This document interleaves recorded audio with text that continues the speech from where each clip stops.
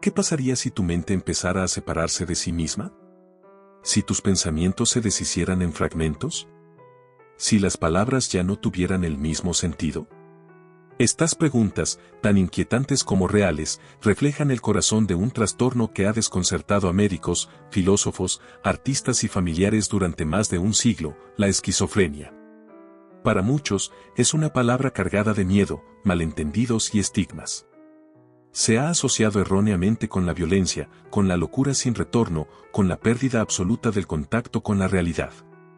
¿Pero qué es realmente la esquizofrenia? ¿Cómo la definimos? ¿A quién le pertenece su historia? La mayoría de los libros modernos de psiquiatría comienzan sus descripciones clínicas con síntomas como delirios, alucinaciones, lenguaje desorganizado y comportamiento errático. Pero muy pocos se detienen en una pregunta más fundamental: ¿quién fue la persona que le dio nombre a este fenómeno mental? Ese hombre fue Eugen Bleuler, un psiquiatra suizo que en 1908 propuso una idea revolucionaria, que la esquizofrenia no debía ser entendida como una demencia precoz, como había sugerido su mentor Emil Kraepelin, sino como una división de la mente, una fragmentación profunda de los procesos psíquicos. Bleuler no solo cambió el nombre del trastorno, cambió la manera de pensarlo.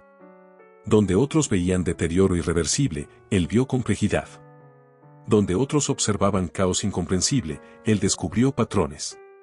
Donde otros aplicaban etiquetas, él escuchaba historias humanas. Su visión fue más que clínica, fue filosófica. En este video no solo te explicaremos qué es la esquizofrenia. Vamos a explorar cómo surgió este concepto, qué significa en lo más profundo, y por qué su comprensión moderna no puede separarse de la figura de Eugen Bleuler. Analizaremos sus ideas, sus conflictos con otros pensadores, su forma de ver el sufrimiento psíquico y cómo su legado sigue vigente, aunque a veces de forma silenciosa, en la psiquiatría contemporánea. También abordaremos las preguntas que aún nos desafían hoy. ¿Puede realmente la ciencia comprender una mente dividida? ¿Es la esquizofrenia una enfermedad del cerebro o del alma? ¿Y si lo que llamamos locura fuera, en algunos casos, una forma alternativa de experimentar la realidad? Bleuler nos invitó a mirar más allá del síntoma, más allá del diagnóstico, más allá del miedo. Este video es, en parte, una respuesta a esa invitación. Comencemos este viaje hacia los orígenes del concepto moderno de esquizofrenia, hacia la historia de un hombre que se atrevió a escuchar lo que otros desechaban. Y quizás, al final, no solo entendamos mejor qué es la esquizofrenia, sino también qué es lo que hace que una mente permanezca unida o se rompa. Antes de Bleuler, Kraepelin y la demencia precoz. Antes de que Eugen Bleuler introdujera el término esquizofrenia, la medicina mental estaba marcada por una concepción pesimista y casi determinista de la locura. Para entender la magnitud de su ruptura teórica, es necesario retroceder unas décadas y conocer al hombre que dominaba el pensamiento psiquiátrico en Europa a finales del siglo XIX, Emil Kraepelin. ¿Quién fue Emil Kraepelin? Kraepelin fue un psiquiatra alemán, nacido en 1856, considerado por muchos como el fundador de la psiquiatría moderna científica. Su objetivo era claro: transformar la psiquiatría en una disciplina empírica, objetiva y basada en la observación clínica rigurosa, lejos de las conjeturas morales o especulaciones filosóficas que caracterizaban el siglo anterior. Instalado en su laboratorio de Leipzig, Kraepelin clasificaba a los pacientes no por sus síntomas individuales, sino por la evolución y el curso de su enfermedad. Observaba durante años. Tomaba notas detalladas. Rechazaba teorías no verificables. Creía que las enfermedades mentales eran enfermedades cerebrales y que solo podían entenderse a través del estudio clínico y fisiológico. Este enfoque le llevó a distinguir dos grandes tipos de trastornos mentales. Las psicosis maníaco-depresivas, hoy conocidas como trastornos del ánimo, como el trastorno bipolar, que tenían un curso cíclico. Y una segunda categoría devastadora, la demencia precoz, dementia praecox, que no regresaba jamás a su punto de partida, sino que avanzaba hacia un deterioro progresivo e irreversible. ¿Qué era la demencia precoz? Kraepelin usó el término demencia precoz para describir una condición que aparecía en la adolescencia o juventud temprana y que se caracterizaba por una progresiva pérdida de las funciones mentales superiores. Era, en su mirada, una forma de degeneración crónica del pensamiento, del afecto y del comportamiento. Los pacientes con demencia precoz, según sus observaciones, mostraban desorganización del pensamiento, retraimiento emocional, comportamientos bizarros y perturbadores, incapacidad para funcionar socialmente. Pero lo más importante para Kraepelin no eran los síntomas en sí, sino el curso implacable de la enfermedad. Una vez que comenzaba, no se detenía. Era como si algo dentro de la mente se desmoronara de forma definitiva. Para él, el pronóstico era sombrío, no había retorno posible. ¿Por qué precoz? El adjetivo precoz indicaba que esta demencia aparecía en la juventud, a diferencia de otras formas de deterioro mental, como las asociadas con la vejez o la sífilis terciaria. Esta temprana aparición era, para Kraepelin, un signo más de su gravedad. El individuo perdía la razón antes incluso de consolidar su personalidad adulta. En este contexto, el diagnóstico era casi una sentencia, un destino escrito en la biología del cerebro. El tratamiento era limitado, y muchas veces consistía en el confinamiento de por vida en instituciones psiquiátricas. Las limitaciones de su modelo. Aunque el sistema clasificatorio de Kraepelin fue un avance para su época, también tenía serias limitaciones. Sus observaciones, por rigurosas que fueran, no podían explicar la enorme diversidad de casos que agrupaba bajo la categoría de demencia precoz. Algunos pacientes mejoraban. Otros no seguían un curso deteriorante. Algunos presentaban síntomas que no encajaban bien con la descripción general. Y, sobre todo, no existía ninguna prueba biológica concluyente que confirmara la existencia de una causa única o unificada. Además, Kraepelin no se preocupaba demasiado por la experiencia subjetiva del paciente. Su interés era la enfermedad como entidad médica, no el sufrimiento humano que la acompañaba. No escuchaba voces interiores, clasificaba desde fuera. Este enfoque, aunque útil para organizar la clínica, comenzaba a mostrar fisuras. Hacía falta una mirada más matizada, más psicológica, más abierta a las múltiples formas en que la mente puede fracturarse sin necesariamente perderse por completo. Y fue ahí donde apareció Eugen Bleuler. Bleuler, el discípulo que se convirtió en hereje. Eugen Bleuler fue inicialmente influenciado por Kraepelin.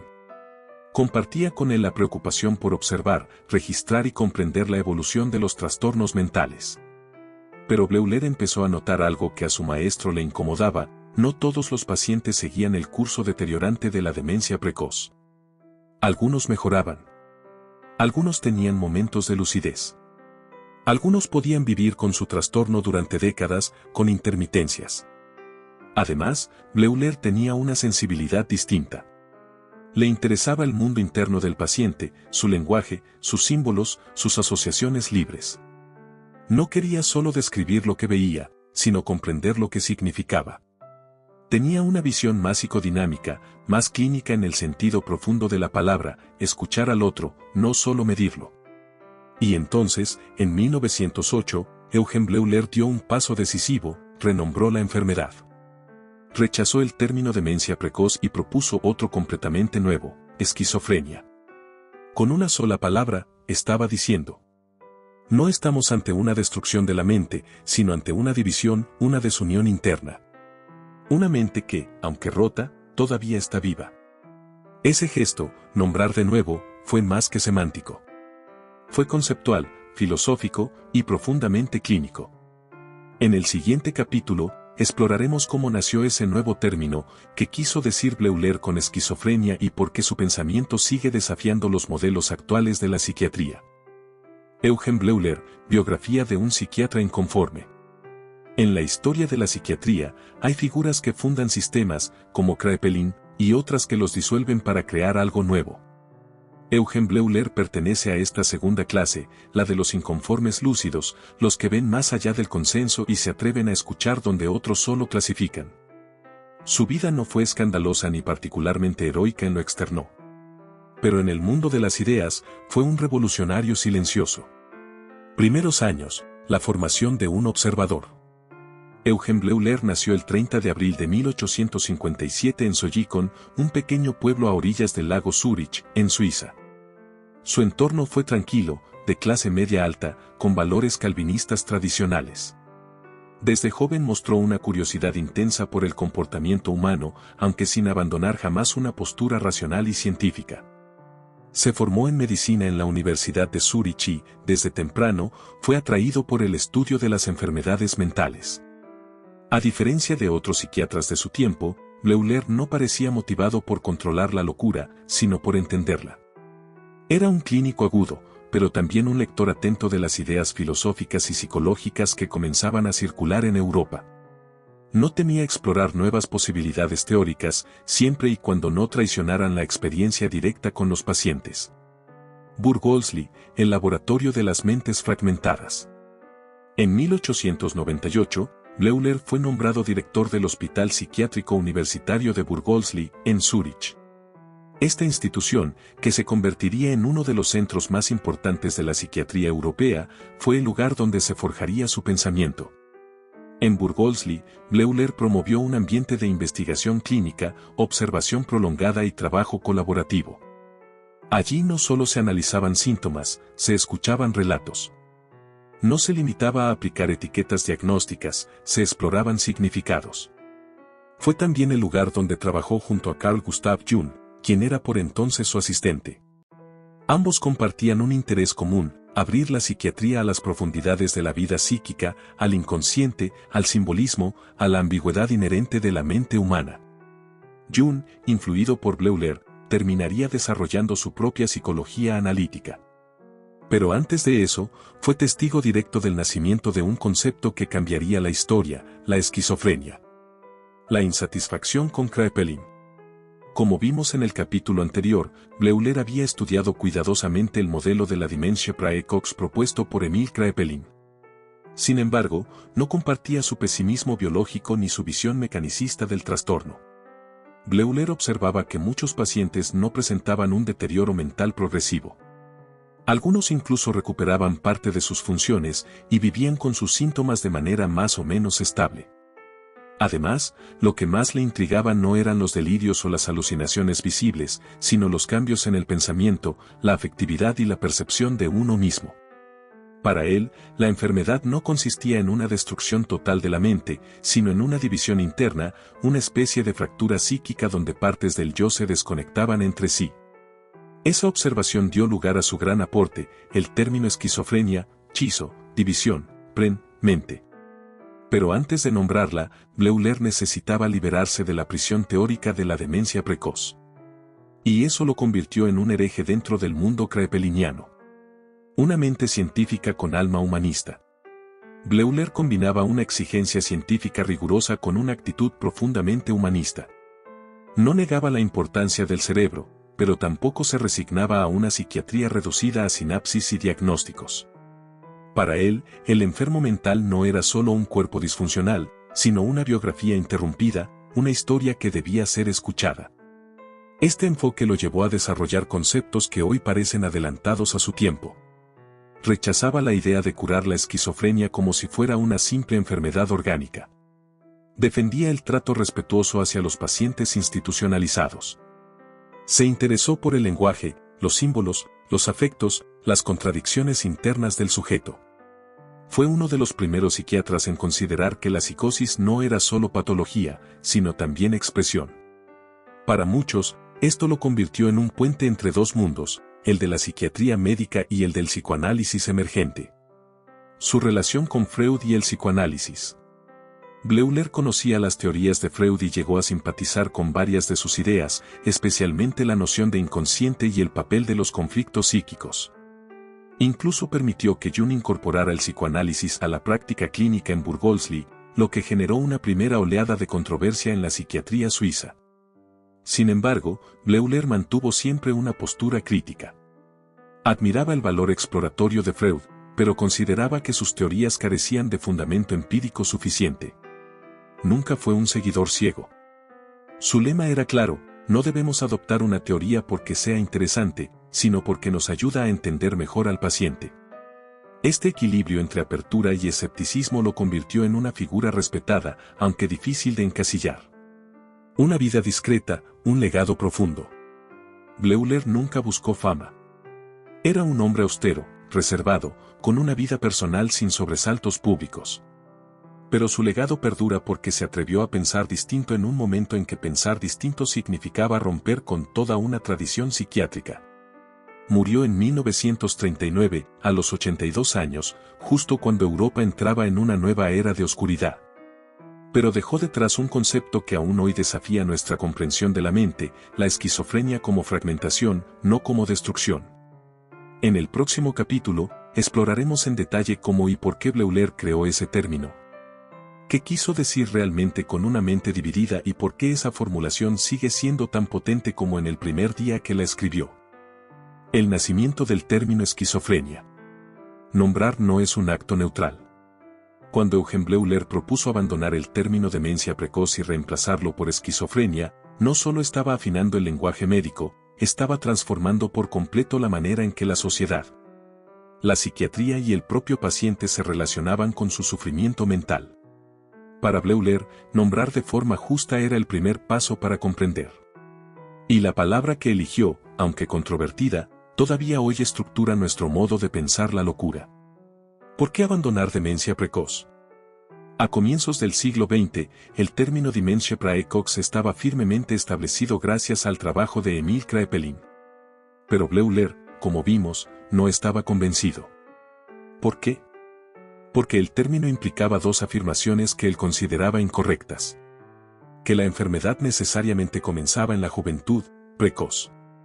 Que conducía inevitablemente a un deterioro mental progresivo, demencia. Pero Bleuler observaba casos que no cumplían con este patrón.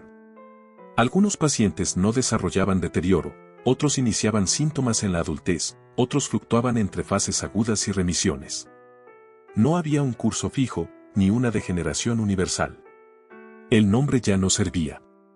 Además, desde una perspectiva ética, seguir utilizando un término como demencia era casi condenar al paciente al aislamiento y la desesperanza. La palabra arrastraba consigo un juicio, el de que la mente ya no tenía retorno. Bleuler no creía eso. ¿Qué significa esquizofrenia? En 1908, en una conferencia ante la Asociación Suiza de Psiquiatría, Bleuler presentó por primera vez el término que marcaría un giro, esquizofrenia. Etimológicamente proviene del griego. Schizo igual a dividir, escindir. Pren igual a mente.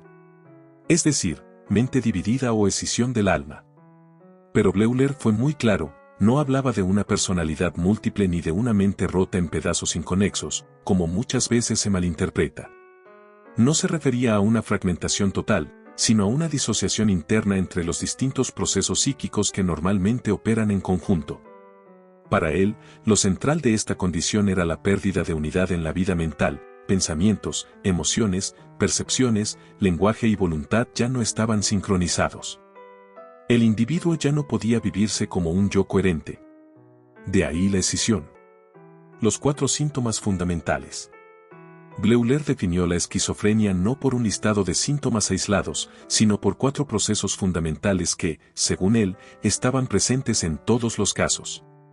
Los llamó los 4A, en alemán. Afectividad aplanada o inadecuada. Los pacientes mostraban respuestas emocionales desconectadas de la situación o una ausencia casi total de emoción. No porque no sintieran, sino porque sus afectos estaban disociados de sus pensamientos. Autismo, no en el sentido moderno, sino como un retiro del mundo exterior. El paciente se encierra en su mundo interno, en sus fantasías, en sus asociaciones privadas. Vive en un plano paralelo al de la realidad compartida. Ambivalencia, coexistencia simultánea de emociones o pensamientos opuestos. Amor y odio hacia la misma persona. Deseo de actuar y deseo de no hacer nada. Esta ambivalencia paraliza la voluntad. Asociaciones alteradas del pensamiento, el pensamiento ya no fluye de manera lógica. Surgen saltos, neologismos, incoherencias, asociaciones lejanas que interrumpen la comunicación y hacen que el discurso parezca desconectado o hermético. Bleuler consideraba que estos 4 rasgos formaban el núcleo estructural de la esquizofrenia. A su alrededor podían presentarse otros síntomas, alucinaciones, delirios, comportamientos bizarros, pero estos no eran esenciales. Eran, en sus términos, síntomas accesorios. Esta distinción es clave, la esquizofrenia no se define por lo que se ve desde fuera, sino por lo que se rompe dentro. No es el delirio lo que hace al esquizofrénico, sino la pérdida de cohesión interna de su experiencia. Una enfermedad o un grupo de enfermedades. Bleuler fue también el primero en afirmar que no existía una esquizofrenia, sino un grupo de esquizofrenias.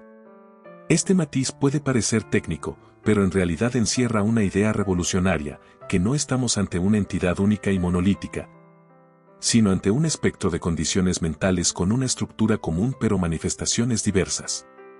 Al proponer esta pluralidad, Bleuler abría la puerta a un enfoque más clínico, más individualizado y menos reduccionista. Cada paciente debía ser comprendido en su singularidad. No bastaba con aplicar una categoría, había que escuchar su estructura interna, su lenguaje, su modo de habitar el mundo. Un gesto clínico y ético. Llamar esquizofrenia a esta condición no fue un simple cambio de etiqueta. Fue, en el fondo, un gesto clínico y ético. Bleuler estaba diciendo: no estás condenado. Tu mente no está destruida. Está dividida, y esa división puede entenderse, explorarse, acompañarse. Este enfoque humanista contrastaba con la psiquiatría de su tiempo, que tendía a medicalizar en exceso, a encerrar en diagnósticos sin salida. Bleuler, sin negar el sufrimiento, abría la posibilidad de hablar desde la ruptura, de escuchar dentro del silencio, de entender incluso el sinsentido como forma de expresión. Las consecuencias del nuevo término. La palabra esquizofrenia fue ganando terreno en la comunidad psiquiátrica, aunque no sin resistencia. Algunos seguían prefiriendo el modelo krepeliniano, otros, como Freud, desconfiaban de las categorías psiquiátricas en general. Sin embargo, el término se consolidó, en parte porque resonaba con una realidad clínica que los médicos ya observaban, pero no sabían cómo nombrar.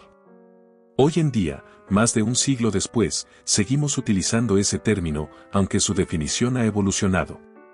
La psiquiatría moderna, en sus manuales diagnósticos, ha dividido la esquizofrenia en subtipos, ha refinado los criterios, ha intentado buscar causas biológicas y genéticas. Pero el núcleo que Bleuler describió, esa escisión del alma, esa pérdida de unidad en la experiencia, sigue presente. Y quizás por eso su gesto permanece vigente, porque fue el primero en entender que la locura no es solo una alteración médica, sino una fractura en la forma misma de ser en el mundo.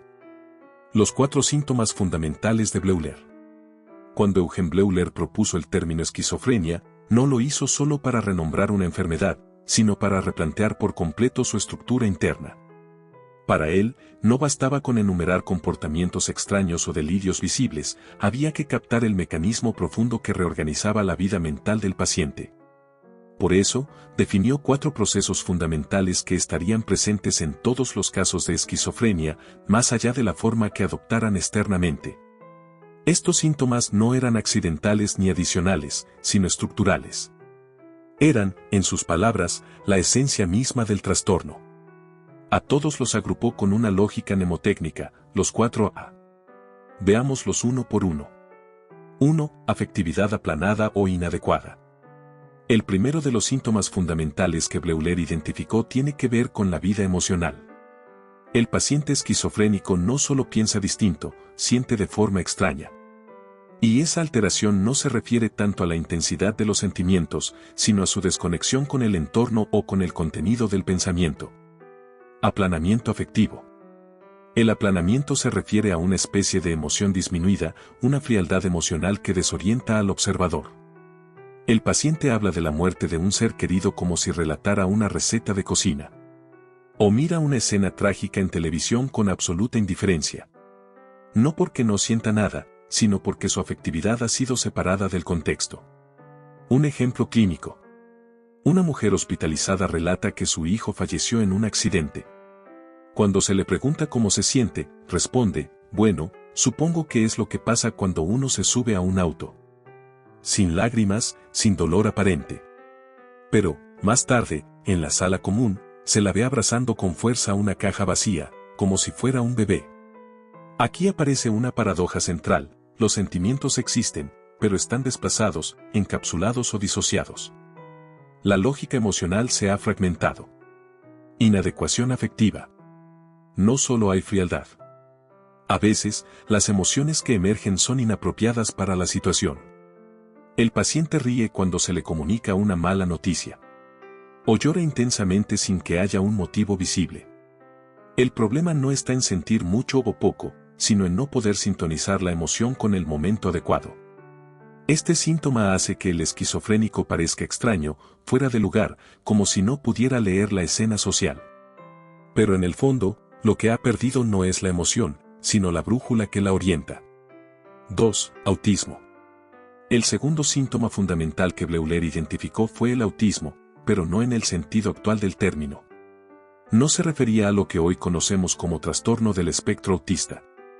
Para Bleuler, el autismo esquizofrénico era el repliegue radical del paciente sobre su mundo interno, con un corte o desvinculación del mundo exterior.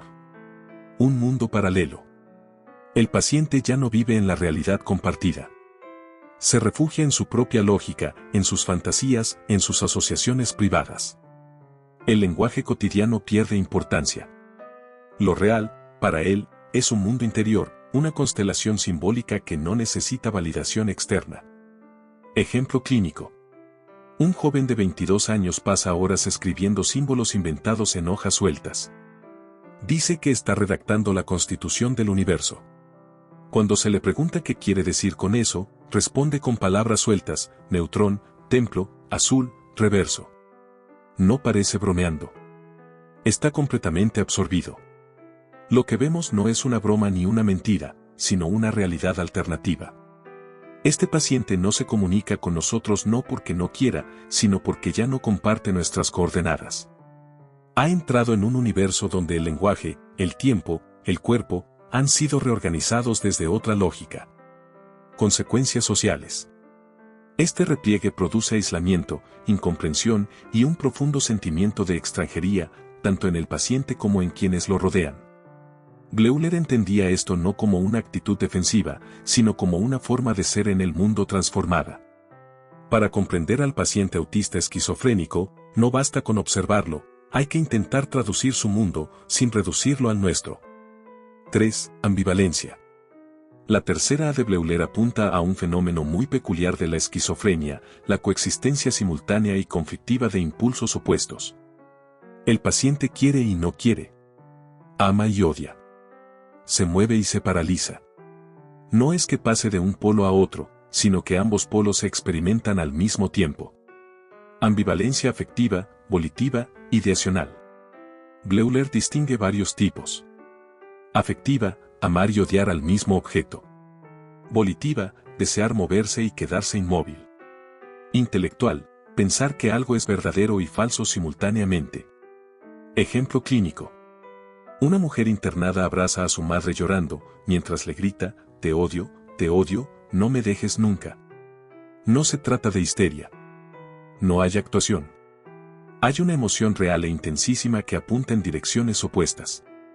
Este síntoma revela el grado en que la unidad psíquica se ha roto.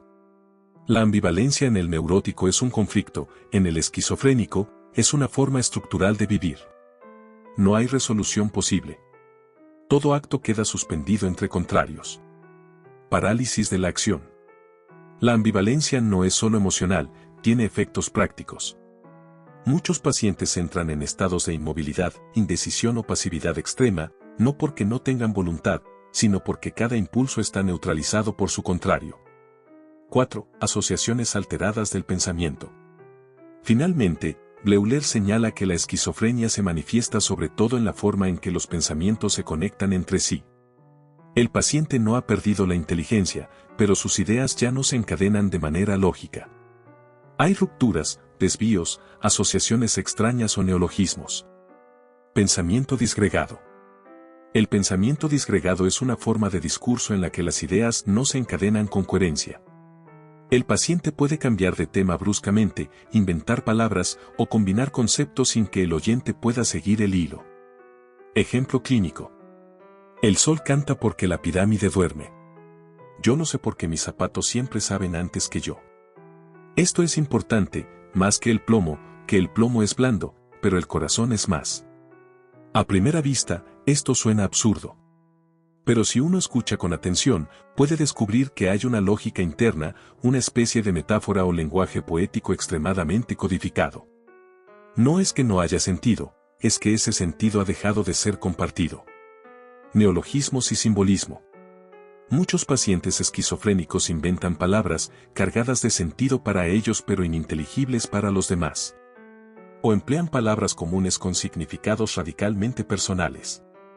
El lenguaje se convierte en un sistema cerrado, una clave para decodificar el mundo según reglas propias. Esto plantea un desafío inmenso para el terapeuta o el familiar: cómo entender al otro cuando sus palabras ya no son las nuestras. Un núcleo común en medio de la diversidad. Lo más interesante de los 4 A de Bleuler es que se aplican a todos los tipos de esquizofrenia, más allá de sus formas clínicas externas, paranoide, catatónica, hebefrénica, etc. No importa si el paciente tiene alucinaciones o no. Si delira o no. Lo que define la esquizofrenia, según Bleuler, es esta fractura interna entre los distintos niveles de la experiencia. Emoción sin lógica. Pensamiento sin afecto. Voluntad paralizada. Lenguaje que se vuelve ajeno. Todo esto no destruye la mente, pero la reorganiza en torno a un nuevo centro de gravedad. Y es ese centro, escindido, contradictorio, ambiguo, el que Bleuler quiso señalar con su nueva palabra, esquizofrenia. Más allá de los síntomas, delirios, alucinaciones y comportamiento. Cuando se menciona la palabra esquizofrenia en la cultura popular, la imagen que aparece de inmediato es la de una persona que escucha voces, dice cosas sin sentido y actúa de forma imprevisible. Esta imagen, aunque reduccionista, tiene un origen en fenómenos reales que han sido estudiados con detalle por la psiquiatría desde el siglo XIX. Bleuler, sin negar estos síntomas, fue claro: no son esenciales para el diagnóstico, pero sí revelan cómo se expresa la fractura interna del yo. A continuación, analizaremos 3 de las manifestaciones más comunes: el delirio, la alucinación y la conducta desorganizada, siempre desde una mirada psicológica y humana, no solo clínica. 1. Delirios, cuando la razón se reorganiza. Un delirio no es simplemente una idea equivocada. Tampoco es una mentira ni una fantasía infantil. El delirio es una convicción firme e inamovible, sostenida por el paciente incluso frente a toda evidencia en contra. No se trata de falta de inteligencia, sino de una transformación profunda del sentido de la realidad. Tipos frecuentes de delirios en esquizofrenia. Delirio de persecución: el paciente cree que lo vigilan, lo siguen, que quieren hacerle daño. Delirio de referencia: interpreta hechos casuales como mensajes dirigidos exclusivamente a él, por ejemplo, que un programa de televisión le habla.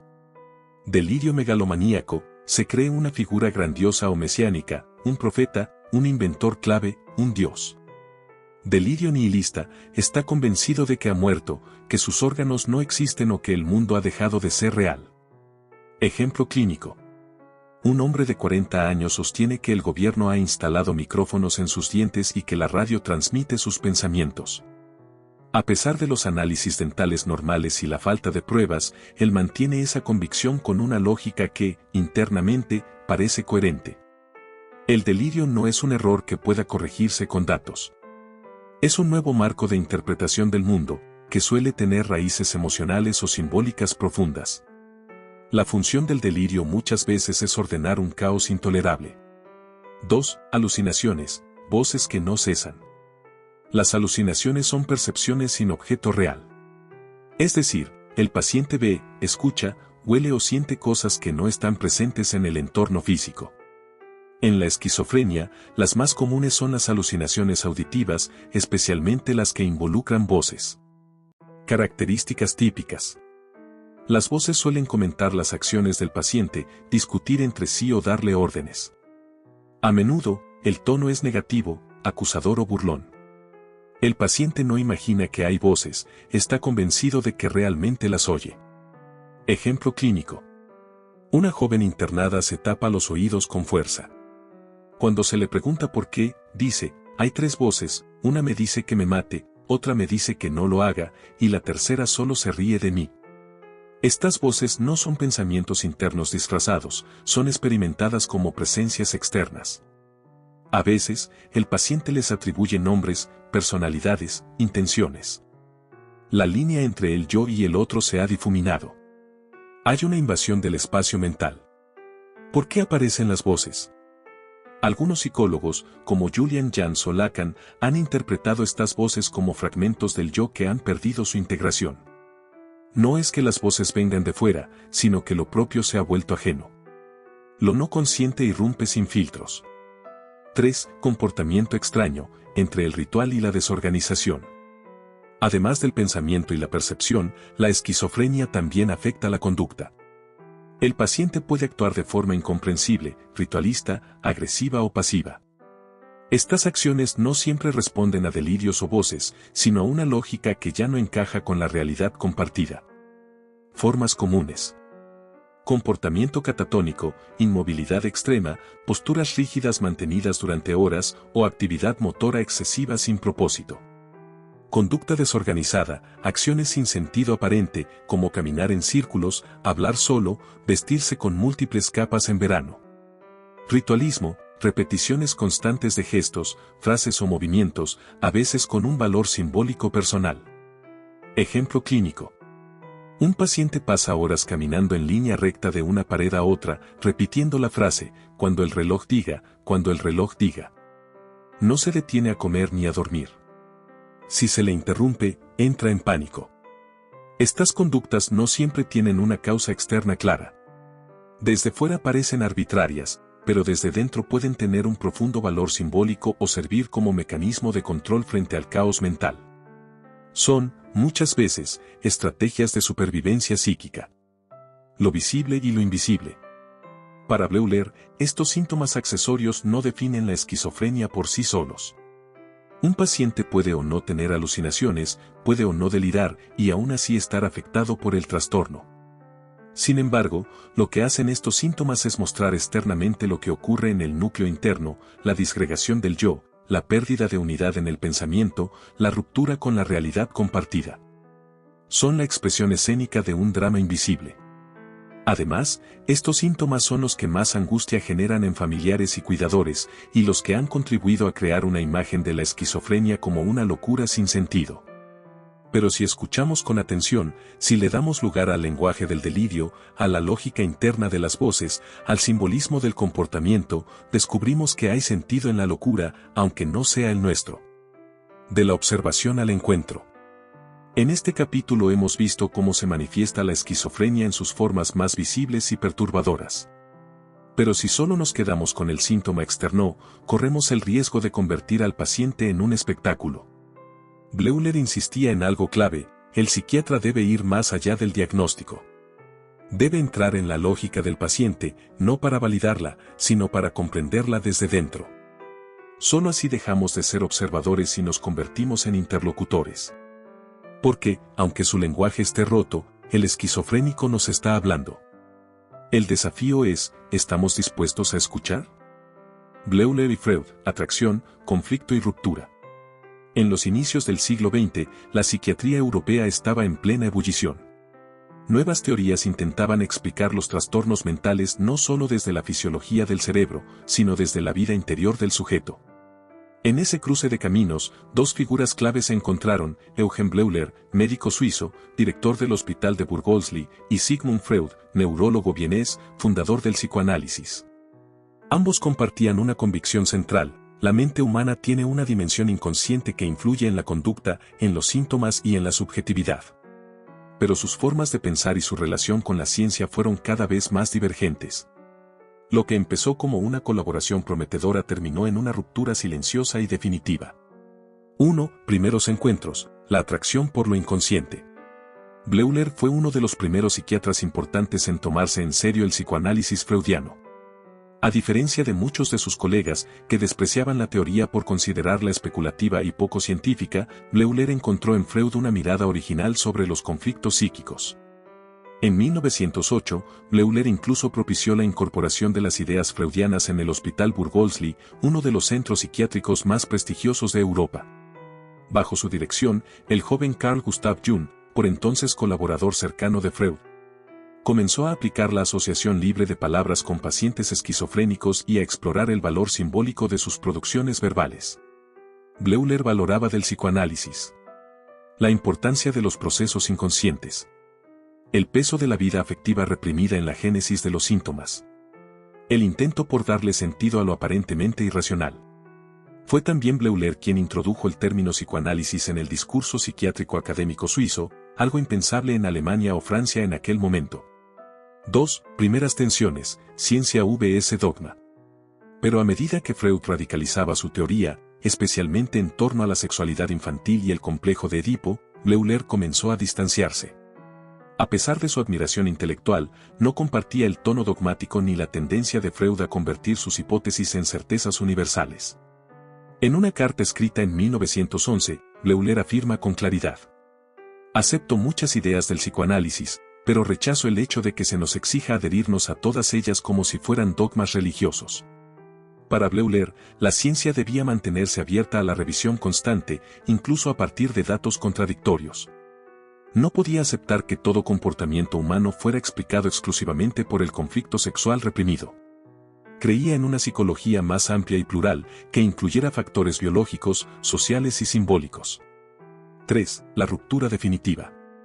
En 1911, el mismo año en que Bleuler publica Die Menschenpraekox oder Grupp der Schizoprenien, obra donde presenta el término esquizofrenia, también se consuma su ruptura con el movimiento psicoanalítico. Bleuler renuncia a la Asociación Psicoanalítica Internacional, alegando su desacuerdo con el enfoque dogmático y autoritario del grupo dirigido por Freud.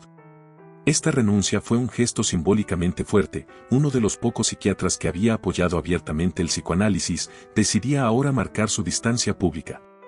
Freud, por su parte, no respondió con acritud. Pero tomó nota. Bleuler pasaba a formar parte de esa serie de colaboradores heréticos que, como Jung, Adler o Stekel, se habían alejado del núcleo duro freudiano. 4. ¿Por qué se distanciaron? La distancia entre Bleuler y Freud se puede explicar desde varios ángulos. A. Diferencias epistemológicas. Freud apostaba por una teoría unificada de la psique basada en el conflicto sexual inconsciente. Bleuler defendía una aproximación más empírica y multifactorial, abierta a múltiples causas y estructuras. B. Diferencias institucionales. Freud buscaba crear una escuela fuerte, con normas y lealtades claras. Bleuler era un científico clínico, más pragmático, interesado en integrar conocimientos de distintas fuentes sin necesidad de pertenencias ideológicas. C. Diferencias personales. Freud tendía a interpretar los desacuerdos como resistencias inconscientes o traiciones.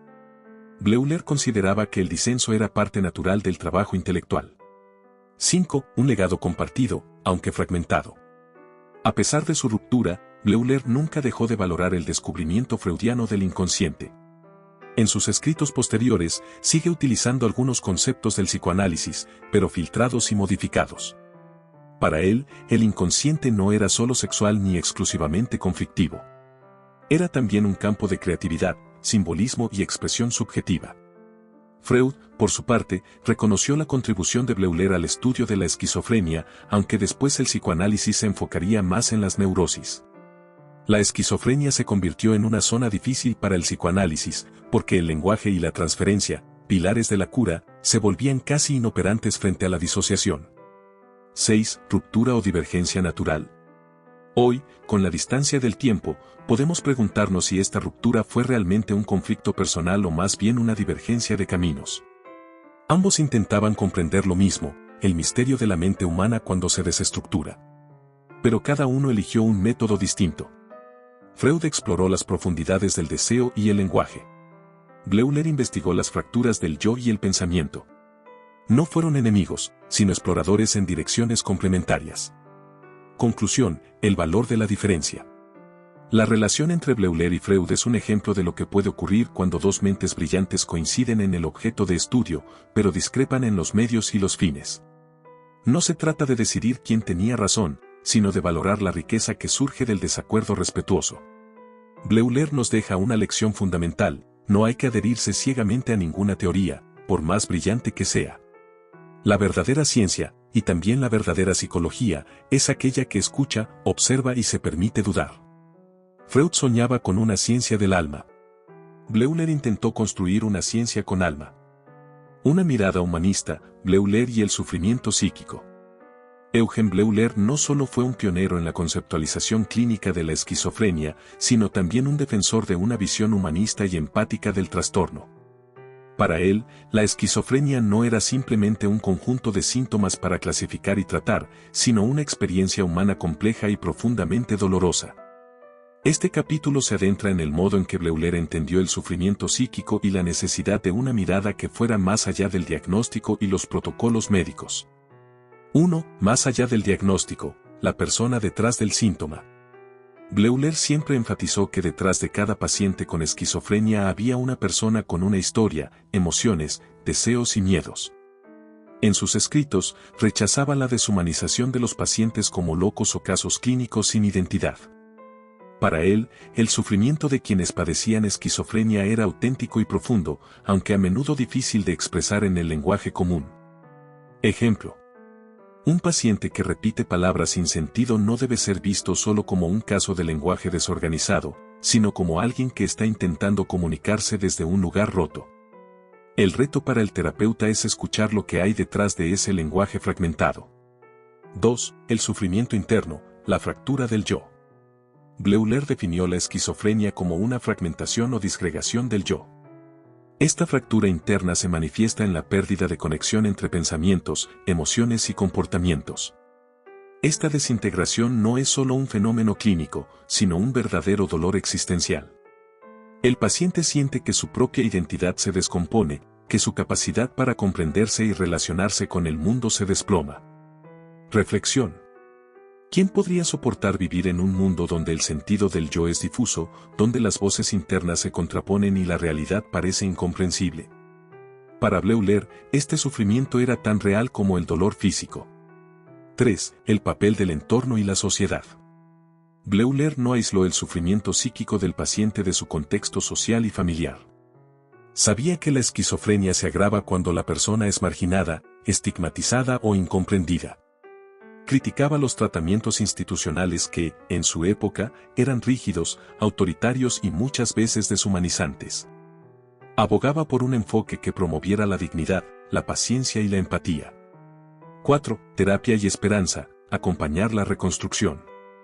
Aunque la cura completa de la esquizofrenia sigue siendo un desafío, Bleuler planteaba la importancia de ofrecer a los pacientes un espacio donde pudieran reconstruir su identidad y encontrar sentido.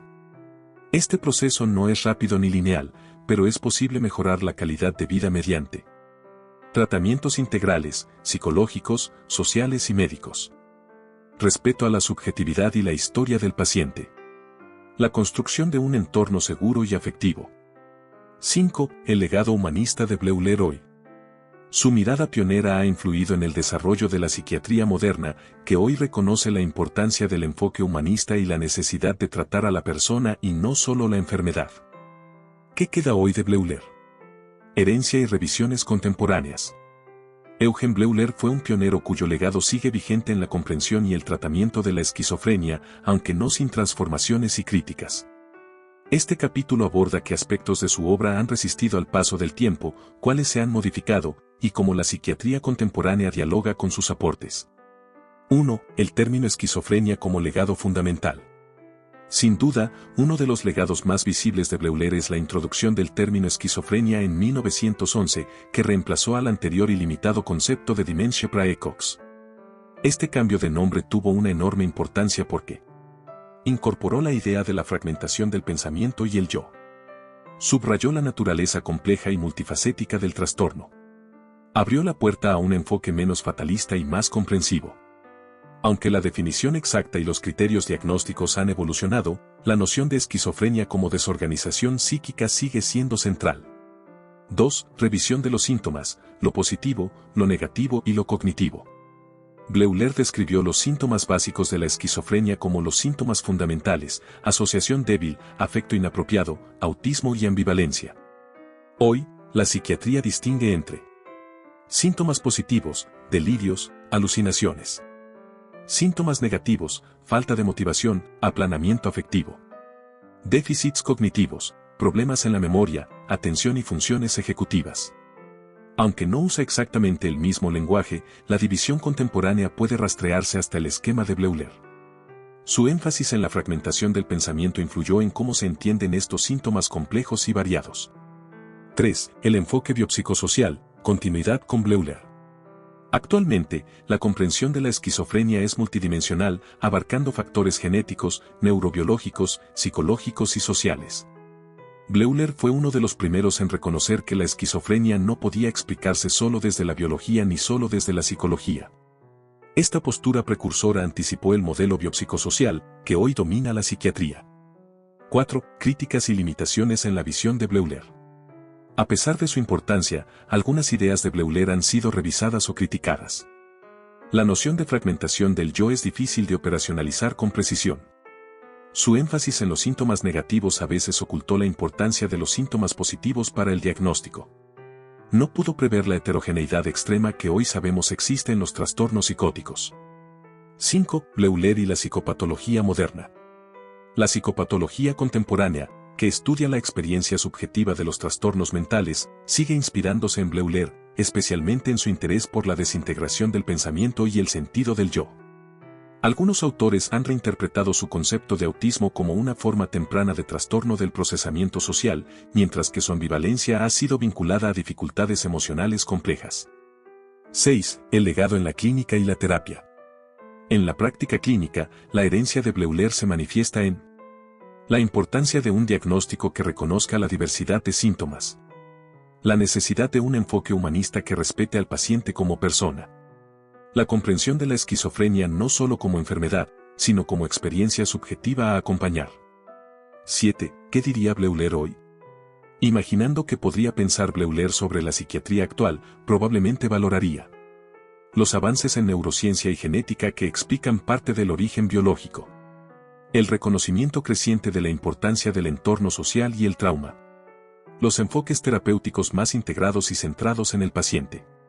Sin embargo, Segaramente insistiría en que la psiquiatría nunca debe perder la dimensión humana ni reducir al paciente a un conjunto de síntomas. Conclusión, un legado vivo y en evolución. La obra de Eugen Bleuler sigue siendo un pilar fundamental para entender la esquizofrenia. Aunque la ciencia avanza y cambia, su enfoque integrador, su sensibilidad hacia el sufrimiento psíquico y su valentía para cuestionar las verdades absolutas lo convierten en una figura indispensable. El diálogo entre el pasado y el presente permite avanzar hacia una psiquiatría más humana, compleja y efectiva, donde la voz del paciente se escuche junto con la evidencia científica. Conclusión, ¿y si la locura fuera una forma de verdad? La esquizofrenia ha sido tradicionalmente entendida como un trastorno, una desviación de la norma, una ruptura con la realidad. Pero, ¿y si esa ruptura fuera también una forma distinta de percibir la verdad? A lo largo de este recorrido por la obra y pensamiento de Eugen Bleuler, hemos visto que la esquizofrenia no es solo un cúmulo de síntomas, sino una experiencia humana radicalmente diferente. Una experiencia donde el pensamiento se fragmenta, las emociones se confunden y el sentido del yo se desintegra, abriendo un espacio donde la realidad se percibe y se siente de otro modo.